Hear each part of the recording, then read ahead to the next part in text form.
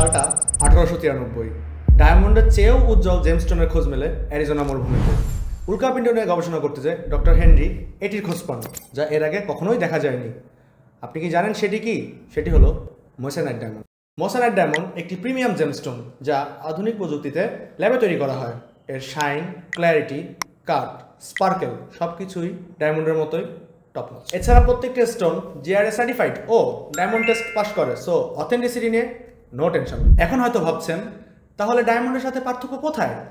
Diamond খনি থেকে উত্তোলন করা হয়, আর মোসানাইট ডায়মন্ড আধুনিক প্রযুক্তি ব্যবহার করে ল্যাবরেটরিতে বানানো হয়। তবে আসল পার্থক্য জাস্ট প্রাইসে। যেমন ধরুন, 1 ক্যারেট ডায়মন্ড নিতে আপনাকে গুনতে হবে কয়েক লাখ টাকা, সেখানে মাত্র কয়েক হাজার টাকায় আপনি পেয়ে যাবেন লাক্সারিয়াস মোসানাইট ডায়মন্ড। তাহলে সবাই কেন এখন মোসানাইট ডায়মন্ড বেছে নিচ্ছে? কারণটা খুবই সিম্পল।